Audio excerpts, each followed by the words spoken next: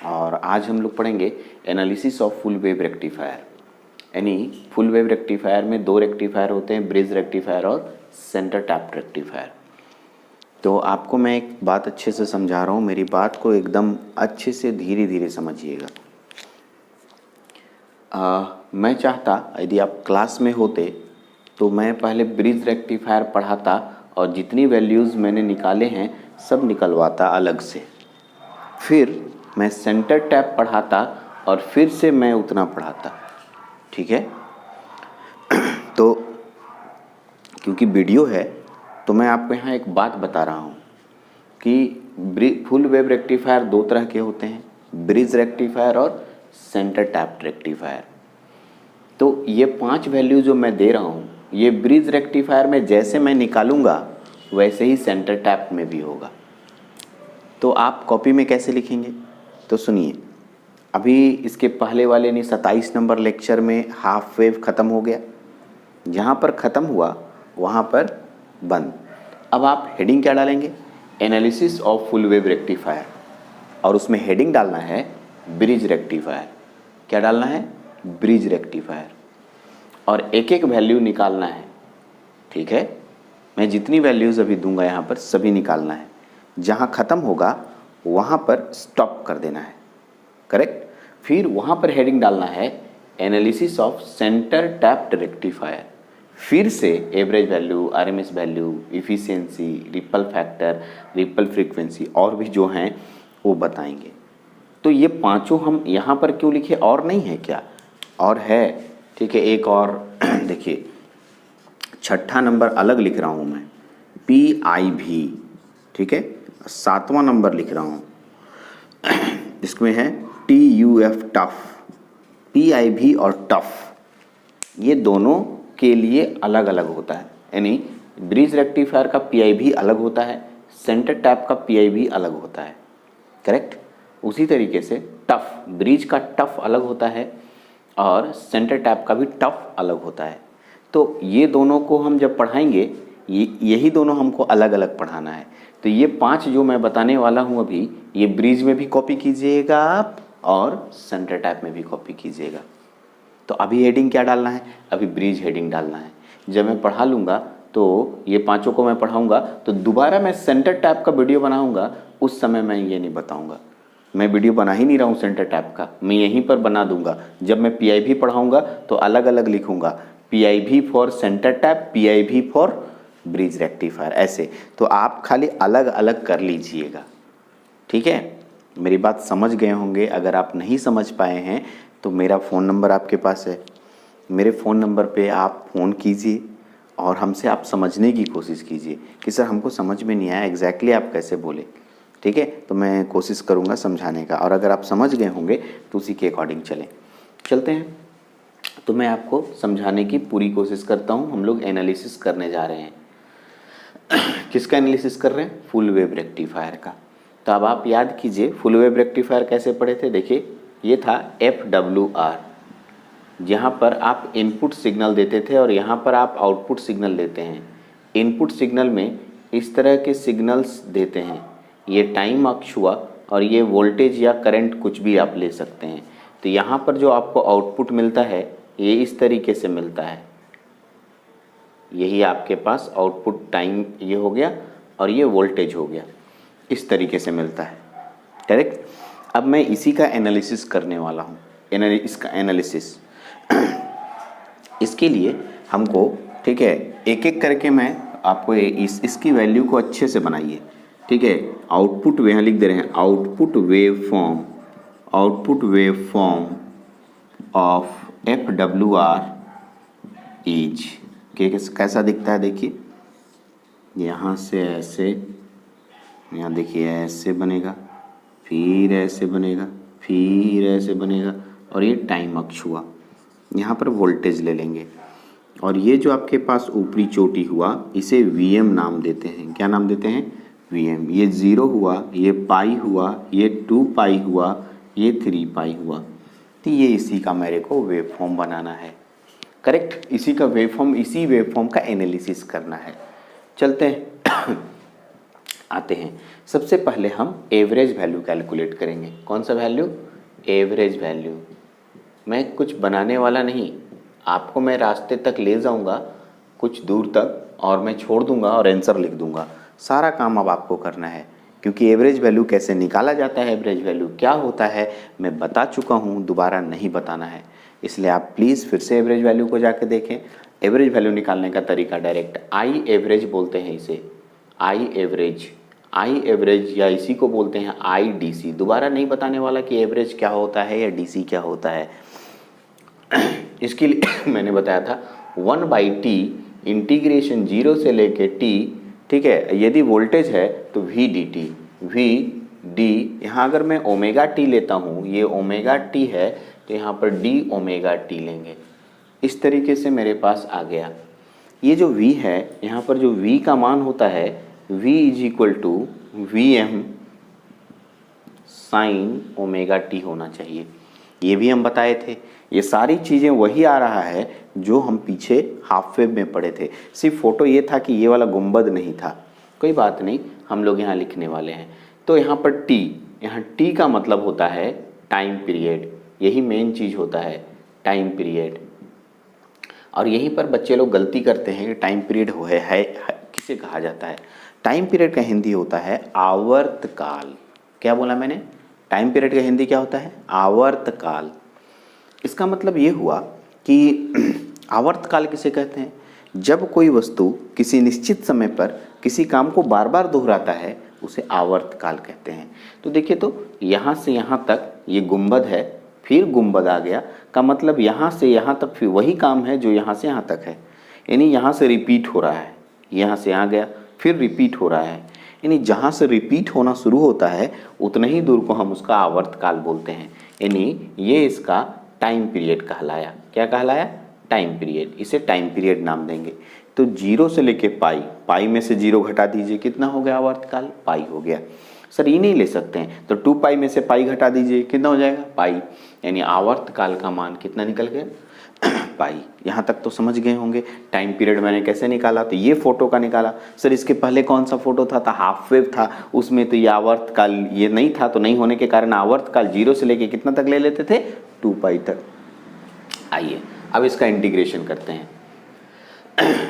आई average और I D C is equal to 1/पाई integration 0 से लेकर के पाई v का मान होता है Vm sine omega t, Vm sine omega t d omega t। यहाँ तक हो गया। अब आप Vm बाहर निकाल दीजिए, Vm/पाई इंटीग्रेशन 0 से लेके पाई तक sign omega t d omega t। और मैं अब सॉल्व नहीं करने वाला, यहाँ से आप घर में बैठ के खुद से सॉल्व कीजिए, ठीक है। अब मैं यहाँ से सॉल्व नहीं करूँगा, क्योंकि इन सब को सॉल्व करना अब आपका काम है। और आप सॉल्व कीजिएगा घर जाकर, और घर जाके सॉल्व कीजिएगा, घर में देखिएगा सॉल्व करके, तो आपको आई एवरेज और I D C, sorry I average नहीं होगा, यहाँ पर वी एवरेज होगा। मिस्टेक हो गया, वोल्टेज है तो यहाँ वी लिखिएगा और यहाँ पर वी लिखिएगा और यहाँ पर भी वी लिखिएगा, ठीक है। वी एवरेज, ठीक है। जो आप क्वांटिटीज़ यहाँ लेंगे वही आप निकालेंगे। यदि करंट पूछता तो यहाँ करंट दिखा देते, IM दिखाते, IM साइन ओमेगा टी होता और आई एवरेज निकलता, ठीक है। तो यहाँ पर V लिखेंगे, मिस्टेक हो गया मेरे से, VDC, और इसका मान आंसर आएगा, मैं आंसर लिख देता हूँ, मिलाइएगा आप आंसर, 2Vm/पाई, ठीक है। बहुत इंपॉर्टेंट है, डायरेक्ट क्वेश्चन पूछता है ऑब्जेक्टिव क्वेश्चन में कि ब्रिज रेक्टिफायर और सेंटर टैप। तो सेंटर टैप में भी आप यही बनाएंगे, फोटो भी यही दोनों का होता है, और ब्रिज में भी आप यही बनाएंगे, ठीक है। कॉपी में दोनों को अलग अलग बनाना है, पहले ब्रिज का बनाना है पूरा अच्छे से, फिर यही कॉपी सेंटर टैप में भी कर देना है। यही बात मैं बता रहा था, यही काम करना है। तो आप इतना को नोट डाउन कीजिए, फिर हम लोग RMS वैल्यू पे आएंगे। ये बीच में एरो मार्क आप नहीं देंगे कॉपी में। गलती से भी मैंने किसी के कॉपी में एरो मार्क छोड़ा हुआ देख लिया तो उसका कॉपी फटेगा, ठीक है, या एडमिशन कैंसिल होगा। आप एरो मार्क कहने का मतलब यहाँ से कैलकुलेशन आप करेंगे, कैलकुलेशन आपको आता है, इंटीग्रेशन करने आता है, और सॉल्व करके इतना लाएंगे। नहीं आता है तो मेरे को कंसल्ट करेंगे, ये सर नहीं आ रहा है, ठीक है। तो चलिए इसको कॉपी कीजिए, फिर मैं आगे RMS वैल्यू निकाल के दिखाता हूँ। आते हैं तो हम लोग आ रहे हैं आरएमएस वैल्यू पर। देखिए आरएमएस वैल्यू मैंने लिखा, आरएमएस का फुल फॉर्म होता है root mean square value, correct. अब भाई ये रूट मीन स्क्वायर वैल्यू जब मैं बनाता हूँ तो ये वेव फॉर्म बनाना पड़ता है, ठीक है। तो इसमें तीन बातें होती हैं, स्क्वायर, मीन, रूट। ये क्या होता है आप हाफ वेव में जाएं, हम दोबारा नहीं बताने वाले, हाँ कैसे बनाया जाता है वो पढ़ेंगे। तो देखिए स्क्वायर जो क्वांटिटी है ये वोल्टेज क्वांटिटी है, यहाँ पर वोल्टेज लेंगे, वोल्टेज का स्क्वायर करेंगे, यहाँ तक हो गया। उसके बाद वोल्टेज के बाद स्क्वायर के बाद मीन होता है, मीन का मतलब माध्य, माध्य माने औसत, जीरो से लेकर के टाइम पीरियड और उसको डिवाइड करते हैं टी से, टाइम पीरियड। उसके बाद पूरे में रूट लगाते हैं और यहाँ लिखा जाता है डी ओमेगा टी। ये पूरा का पूरा फॉर्मूला आपको याद रखना होगा, इसी को आरएमएस वैल्यू कहते हैं। अब आप इसको सॉल्व कर दीजिएगा तो आप बताएंगे टी का मान, टी इज इक्वल टू कितना हो गया, पाई। यहाँ लिख देंगे here T is equal to pi, ठीक है। तो यहाँ देखिएगा V R M S is equal और वी ए सी बराबर, यहाँ से पाई बाहर और ठीक है, तो इंडर रूट डाल दीजिए, ऐसे क्या हो गया 1/पाई बाहर हो गया। इंटीग्रेशन जीरो से लेकर पाई तक v का मान V M sine omega T का होल स्क्वायर हो गया और यहाँ हो गया डी ओमेगा टी। अब इसको स्क्वायर कर सकते हैं, आप कर सकते हैं ना, बहुत अच्छे से स्क्वायर कर लीजिए और इसको बाहर निकाल दीजिए, ठीक है। अंडर रूट हो गया, कितना हो गया वी एम का square by pi integration zero से लेकर के पाई तक sine square omega T D omega T. अब मैं इसको नहीं बनाने वाला, ये आप बना चुके हैं, ऐसा कैलकुलेशन कर चुके हैं। यहाँ के बाद आपको कैलकुलेशन करना है वी आर एम एस और वी ए सी, जो निकलेगा वो मैं कैलकुलेट करके डायरेक्ट आंसर देता हूँ। इसका आंसर निकलेगा V M by pi, V M by √2, not V M by √2, ये आपके पास आएगा। तो आप घर में बैठ कर के इसको आराम से कैलकुलेशन कीजिए और इतना वी एम बाई √2 आपके पास आने वाला है। तो ये आपके पास किसका मान आ गया, RMS value. RMS value bridge का भी यही होता, ऐसे ही निकलता है और सेंटर टैप का भी ऐसे ही निकलता है। तो जब आप ब्रिज का लिखेंगे तो भी इसको ही कॉपी करेंगे और सेंटर टैप का भी लिखेंगे तो आप इसी को कॉपी करेंगे। तो कॉपी में 2 बार आपको इसको बनाना पड़ेगा, मैं एक ही बार में काम चला ले रहा हूँ, ठीक है। तो अब आगे नेक्स्ट वीडियो में चलते हैं, नेक्स्ट आगे हम लोग पढ़ेंगे इफ़िशियंसी। देखिए इफ़िशियंसी निकाल के दिखाता हूँ। इफ़िशियंसी भी एकदम सेम टू सेम उसी तैसा निकलेगा जो हम हाफ वेव रेक्टिफायर में बताए थे।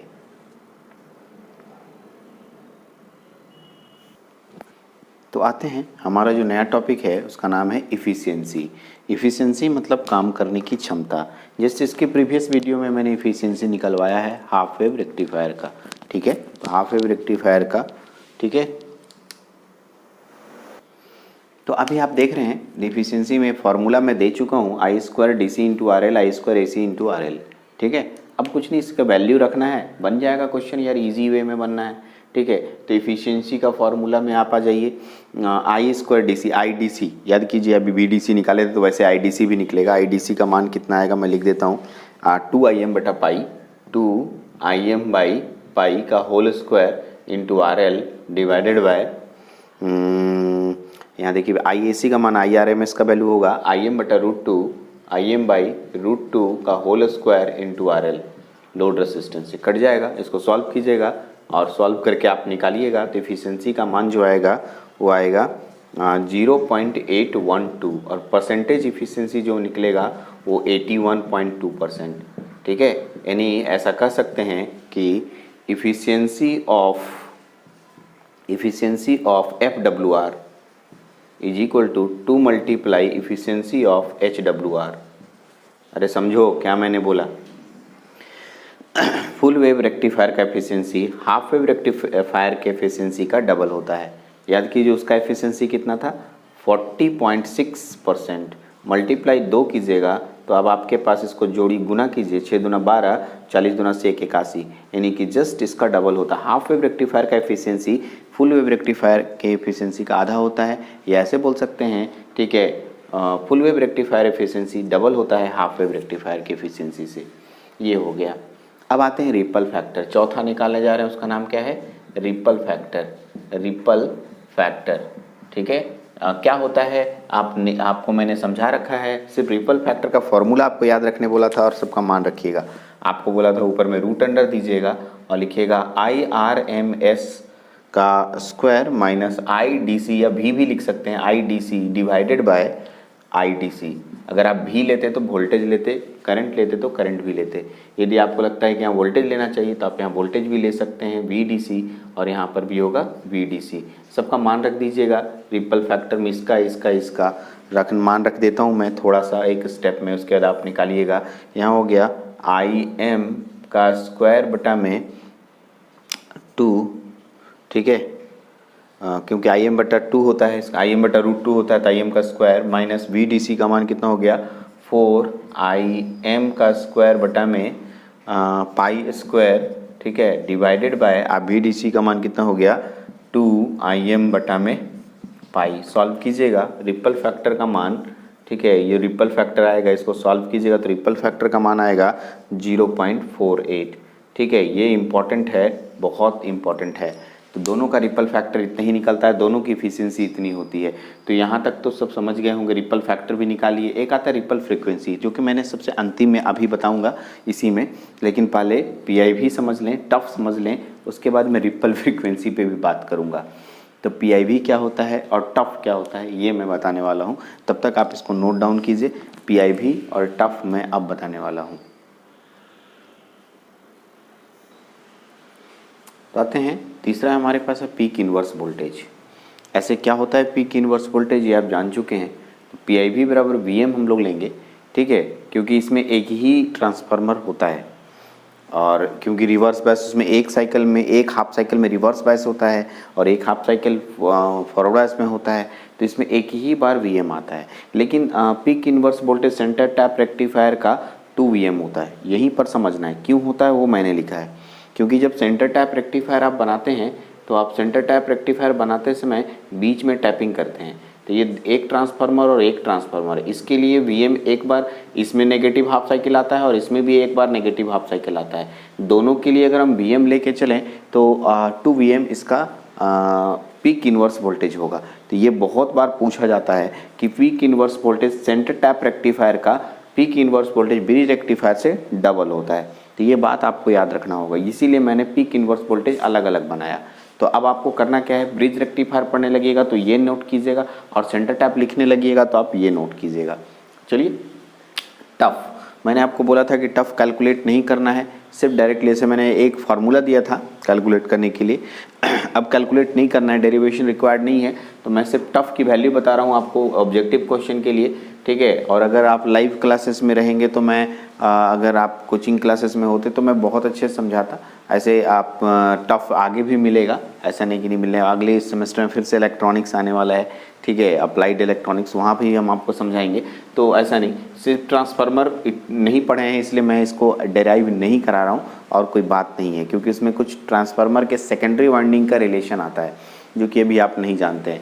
मैं बोल भी दूंगा, बना भी दूंगा, तो आपके दिमाग में वो उड़ जाएगा या दिमाग में अटैच नहीं होगा। तो इसलिए आप टफ की वैल्यू याद रखिए। इसका है 81.2%, इसका 69.3%, किसका, सेंटर टैप के लिए 69.3% और ब्रिज रेक्टिफायर के लिए 81.2%, ठीक है। तो इस तरीके से आपको मैंने बहुत सारी चीज़ें सिखाई, एक को छोड़ दिया। एक का नाम होता है रिपल फ्रीक्वेंसी। रिपल फ्रीक्वेंसी मैं इसको समझाने जा रहा हूँ, ठीक है। The frequency of output waveform of rectifier is called ripple frequency, ठीक है। क्या बोला, बहुत इंपॉर्टेंट पॉइंट पढ़िए अच्छे से। किसी रेक्टिफायर का आउटपुट वेवफॉर्म निकालिए, उसका जो फ्रीक्वेंसी होगा वो उसका रिपल फ्रीक्वेंसी कहलाएगा। मैं एक एक करके सभी का रिपल फ्रीक्वेंसी निकाल के दिखा रहा हूँ। आप आइए, रिपल फ्रीक्वेंसी कैसे निकालेंगे वो मैं आपको एक एक करके समझाता हूँ। चलिएगा, रिपल फ्रीक्वेंसी को अच्छे से देखिए कैसे होता है। देखिएगा यहाँ पर, ये मेरे पास, ठीक है, मैंने ये सिग्नल दिया, AC सिग्नल दिया, किस में दिया, HWR में, किस में, HWR। तो आपको आउटपुट वेवफॉर्म कैसा दिखता है, यहाँ ऐसे मिलता है, फिर यहाँ से ऐसे मिलता है, फिर आपका यहाँ से ऐसे मिलता है, फिर ऐसे, फिर ऐसे, इस तरीके से। तो आप इसमें देखिए फ्रीक्वेंसी यहाँ से यहाँ तक देखिए, ये इसका टाइम पीरियड हुआ, ये इसका टाइम पीरियड हुआ, यानी यहाँ से यहाँ तक को एक टाइम पीरियड बोलते हैं, यहाँ भी टाइम पीरियड टी।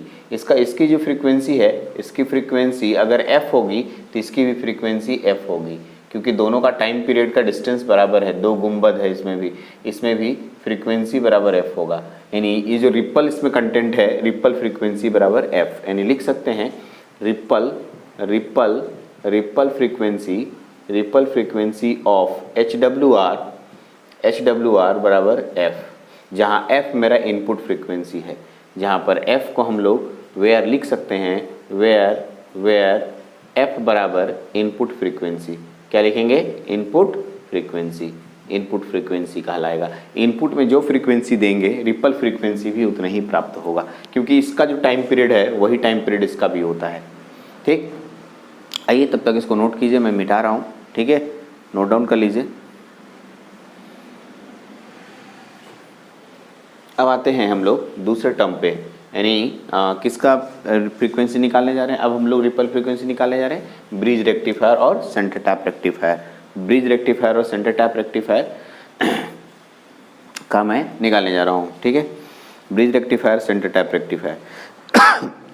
चलिएगा, तो देखिएगा मेरे पास ये फ्रीक्वेंसी में ऐसा सिग्नल मैंने दिया, ये मैं सिग्नल इनपुट में दे रहा हूँ, और ये मेरे पास FWR है, वो दोनों में से कोई भी ले सकते हैं, ब्रिज या सेंटर टैप। और यहाँ पर आपके पास वेव बनता है ऐसे ऐसे ऐसे ऐसे ऐसे। अब आप देखिए ये गुंबद और यहाँ से यहाँ तक को टाइम पीरियड बोलते हैं टी, टाइम पीरियड टी, लेकिन यहाँ तक ही टाइम पीरियड इसका होता है, ये टाइम पीरियड हो गया, ठीक है, ये टाइम पीरियड। तो देखिए यहाँ तक में इसमें 2 बार टी आ रहा है ना। यदि इसका फ्रीक्वेंसी हमारा पर फ्रीक्वेंसी एफ होगा तो इसका जो फ्रीक्वेंसी होगा 2f होगा, ठीक है सर। कैसे 2f, कैसे, मतलब ये जो टाइम पीरियड है इसके टाइम पीरियड से जस्ट आधा है, यानी इतना दूर का डिस्टेंस अगर हम लेके चलें तो यहाँ पर t है लेकिन यहाँ पर 2t है, यानी यहाँ f हुआ तो यहाँ पर 2f होगा। सही बात है, ठीक है, यानी इसका आधा हो गया, इसका आधा टाइम पीरियड आधा हो गया तो फ्रीक्वेंसी आधा होता है, टाइम पीरियड आधा होता है तो फ्रीक्वेंसी डबल होता है, क्योंकि फ्रीक्वेंसी टाइम पीरियड का जस्ट अपोजिट होता है, यानी फ्रीक्वेंसी आपके पास आधा हो गया, यानी फ्रीक्वेंसी f है तो यहाँ पर फ्रीक्वेंसी 2f, यानी यहाँ लिख सकते हैं रिपल फ्रीक्वेंसी FWR बराबर 2f होगा। सिर्फ ये देखना होता है इसमें फ्रीक्वेंसी कितना आया, इसी को रिपल फ्रीक्वेंसी कहते हैं हम लोग। आउटपुट में जितनी फ्रीक्वेंसी आएगी उसे हम लोग रिपल फ्रीक्वेंसी बोलेंगे। तो ये आपके पास एकदम मैंने आज कंप्लीट बताया कि फुल वेव रेक्टिफायर, पूरा रेक्टिफायर मैंने यहाँ पर फिनिश्ड किया, ठीक है। अब मैं आ रहा हूँ इसके कंपैरिजन पर, ठीक है। कंपैरिजन कैसे कंपैरिजन करेंगे तीनों रेक्टिफायर को, ठीक है। तो तीनों रेक्टिफायर का कंपैरिजन आपको करना है, तीनों रेक्टिफायर में क्या अंतर होते हैं वो आपको यहाँ पर बताना है। तो मैं एक अभी बोर्ड, इसको मिटाकर एक बोर्ड में बहुत सुंदर सा चार्ट बना दे रहा हूँ, आप उसको नोट डाउन कर सकते हैं, वो आपके लिए इम्पोर्टेंट होगा। मैं जितनी भी बातें अभी तक बताया उसी को मैं समराइज करूँगा, आपके पास वही आपका हो जाएगा, ठीक है, वही आपका कंपैरिजन होगा, वो एग्ज़ाम का फेमस क्वेश्चन है। तो चलिए इसको नोट डाउन कीजिए, आगे बढ़ते हैं। अभी देख रहे होंगे आपके पास एक कंपैरिजन आ रहा है, ठीक है। कंपैरिजन मैंने कर दिया है, कंपैरिजन में मैंने ढेर सारे टर्म लिखे, जितना मैंने अभी तक पढ़ाया उसको सिर्फ चार्ट बना दिया, ठीक है। सर्किट डायग्राम का चार्ट है। ये क्वेश्चन आया था, किसी बच्चे ने पूछा था कि ट्रांसफार्मर रिक्वायरमेंट, तो कोई ज़रूरी नहीं कि हम लोग यहाँ ट्रांसफार्मर लगाएंगे ही, ठीक है, ज़रूरी नहीं है। तो कहाँ ज़रूरी है, यहाँ ज़रूरी है, क्यों, क्योंकि यहाँ टैपिंग करना है। टैपिंग किस में करेंगे, ट्रांसफार्मर में ही करेंगे, तो यहाँ ट्रांसफार्मर लगाना जरूरी है, तो यहाँ क्यों जरूरी नहीं है। अगर मान लिया मैं कहीं दूसरे तरीके से वोल्टेज कम करके मैं इसको दे दिया तो काम तो चल जाएगा, ठीक है। इसीलिए यहाँ पर ट्रांसफार्मर एकदम ज़रूरी नहीं है, लगाएंगे नहीं लगाएंगे भी तो भी चल जाएगा, कम वोल्टेज करके हम दें तो काम तो करेगा ही, आउट रेक्टिफायर बदलेगा ही, मैंने आउटपुट पल्सेटिंग डीसी तो आएगा ही। तो आपके पास आया, मैं सारे वैल्यूज़ वही बताया हूँ, सब चीज़ आप देख लीजिए। सिर्फ ये एक एग्ज़ाम में क्वेश्चन आता है इसलिए मैंने इसको एक जगह समराइज़ किया, आप इसको नोट डाउन कीजिए। कोई ऐसा टर्म जिसमें लगेगा कि आपको मैंने नहीं बताया, जैसे ये चारों यहाँ डैश डैश डैश करने का मतलब यही वाला सेम लिखना है, ये वाला सेम कॉपी करना है, ये सेम कॉपी करना है, ये सेम कॉपी करना है, ठीक है। दोनों आप बना चुके हैं और ये सब ना सारा मान आप देख चुके हैं, सारे टर्म को आप पढ़ चुके हैं। आप देख लीजिए पीछे पलट के या पीछे के वीडियोस को रिवाइंड करके देखिएगा, सब मिल जाएगा। यहाँ पर मैं ऑफिशियली कह सकता हूँ कि रेक्टिफायर फिनिश्ड किया। हाँ, रेक्टिफायर से रिलेटेड न्यूमेरिकल्स हैं जिसको कि मेरे को एक दो न्यूमेरिकल बताना है आपको, लेकिन अभी की वीडियो में नहीं बताऊँगा, ठीक है। आने वाले में जस्ट फिल्टर को साथ में कंप्लीट करते हैं। फिल्टर एक सब्जेक्ट है आपका, इसके बाद फिल्टर को कंप्लीट करते हैं। फिल्टर करने के बाद दोनों को साथ में न्यूमेरिकल करके चलेंगे हम लोग, अभी न्यूमेरिकल लेके नहीं जा रहे हैं। तो चलते हैं, ये पूरा चैप्टर आपका यहाँ पर रेक्टिफायर फिनिश्ड हुआ, ठीक है। फिल्टर के साथ ही हम लोग इसका रेक्टिफायर का भी न्यूमेरिकल करेंगे। तो ये वीडियोस आपका यहाँ पर फिनिश्ड होता है। ये मैं रेक्टिफायर टॉपिक यहाँ पर आपका फिनिश किया। चलिए, थैंक यू वेरी मच।